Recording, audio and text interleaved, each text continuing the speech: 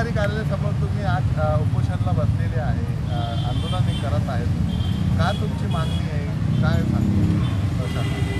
महाराष्ट्रामध्ये अनुसूचित जातीमध्ये एकूण 60 जातींचा समावेश आहे. मात्र गेल्या अनेक वर्षापासून काही विशिष्ट जातींना या आरक्षणाचा लाभ मिळताना दिसून येतो.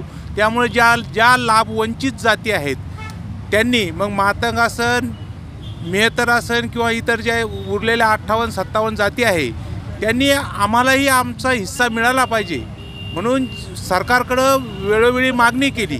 लोकस्वराज्य आंदोलनाचे आमचे नेते प्राध्यापक रामचंद्र भरांडे गेल्या 20-25 वर्षापासून अनुसूचित जातीच्या आरक्षणाचं वर्गीकरण करावं अशी मागणी घेऊन अनेक पदयात्रा, परिसंवाद, मोर्चे, आंदोलनं यांच्या माध्यमातून हा विषय सरकारपर्यंत नेण्याचा प्रयत्न करत आहे.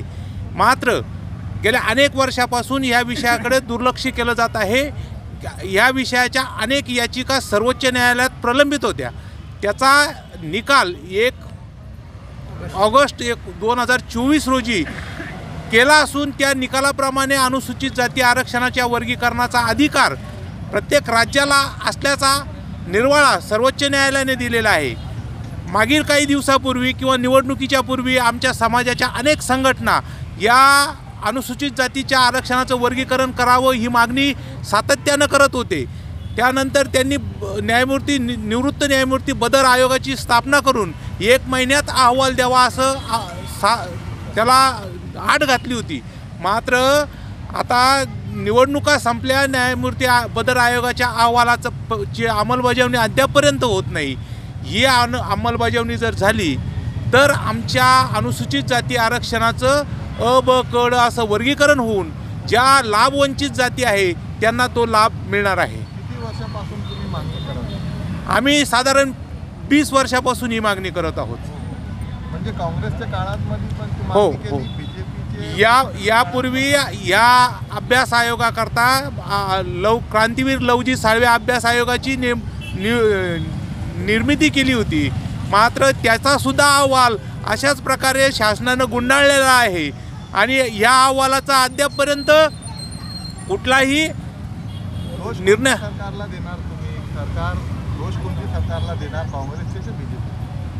तुमची मागणी आज सध्या तरी आमचं म्हणणं आहे की या सरकारकडे जर सर्वोच्च न्यायालयाने आदेश करून 1 महिन्याच्या आत हा विषय मार्गी लावावा. आता जर बघितलं तर कर्नाटक असन, तेलंगणा असन, हरियाणा असन, पंजाब असन या वेगवेगळ्या राज्यात जर अनुसूचित जाती आरक्षणाचं वर्गीकरण केलं तर आज आमची मागणी या सरकारकडेच आहे की तुम्हालाही ही सर्वोच्च न्यायालयाच्या आदेशाचं पालन करणं आवश्यक आहे. एक मराठा आरक्षण तुम्हाला माहीतच आहे, जरांगे पाटील मराठा आरक्षण पूर्ण महाराष्ट्राचे मराठे एक झाले. तुमच्या असा मोर्चा का नाही काढला? आम्ही यापूर्वी संभाजीनगर ते नांदेड अशी पदयात्रा झाली होती. त्याचप्रमाणे आझाद मैदानावर देखील अनेक आंदोलनं झाले. या आंदोलनातल्या अनेक सदस्यांनी या अनुसूचित जाती आरक्षणाच्या वर्गीकरणाकरता लाट्याकाट्या खाल्लेल्या आहेत. 2018 साली आमच्या प्राध्यापक रामचंद्र भरांडे यांच्यासह शेकडो कार्यकर्त्यांना आम्हाला जखमी व्हावं लागलं या आंदोलनाकरता. जरांगे पाटीलने हे पण सांगितलेलं आहे की मला जितके समाज आहे ते त्यांच्यासोबत आहे. तुम्ही भेट घालणार का? काय त्यांना मान देणार का तुम्ही? का तुम्ही स्वतः तुमची लढाई स्वतः लढणार? नाही, तुमच्या माइंडमध्ये अनुसूचित जाती आरक्षणाच्या वर्गीकरणाकरता जे सक्षम समाज आमच्यापर्यंत येतील किंवा आम्ही त्यांच्यापर्यंत जायला तयार आहोत.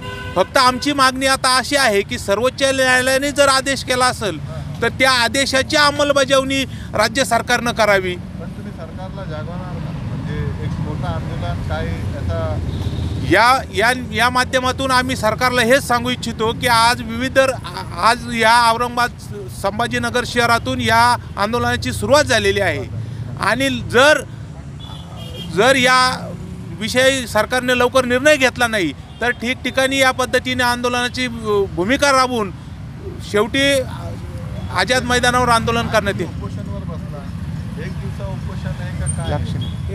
हे लाक्षणिक उपोषण आहे. नाही साहेब, हे धरणे सत्याग्रह आहे. बेमुदत धरणे सत्याग्रह. तुम्ही आज 1 दिवसा बसणार आहे का? जोपर्यंत शासन अनुसूचित जाती आरक्षणाच्या उपवर्गीकरणावर ठोस निर्णय घेणार नाही तोपर्यंत हा सत्याग्रह थांबणार नाही. म्हणजे हे बेमुदत धरणे आंदोलन असंच चालू राहील. चालू राहील. मग जर मागणी पूर्ण तुम्हाला माहीत पडला तर मागणी पूर्ण नाही होणार तो पुढचा पॉईंट. आणि माझे लास्ट क्वेश्चन, पुढचा पॉईंट काय असेल इथंच करणार का पुढे दिल्ली किंवा आता मुंबईला जाणार? या आंदोलनाच्या भूमिकेतून जर बघितलं तर पुढचं आंदोलन आमचं मुंबई आझाद मैदानावर राहणार आहे.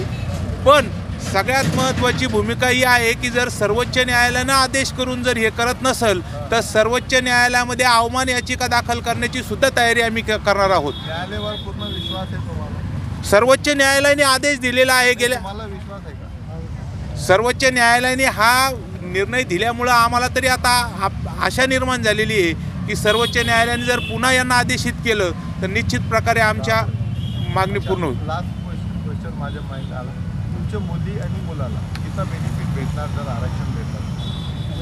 हे लोकसंख्येच्या प्रमाणात आरक्षणाचं वर्गीकरण करावं अशी मागणी आहे. याच्यात अनुसूचित जातीचं जे 13% आरक्षण आहे त्याची अ ब क ड म्हणजे ABCD अशी वर्गवारी होणार आहे आणि लोकसंख्येच्या प्रमाणात त्या जातीनिहाय आरक्षण मिळणार आहे. हो, धन्यवाद. आपलं नाव सांगा सर. मी ॲडव्होकेट नितीन पोळ, लोकस्वराज्य आंदोलनाचे प्रदेशाध्यक्ष.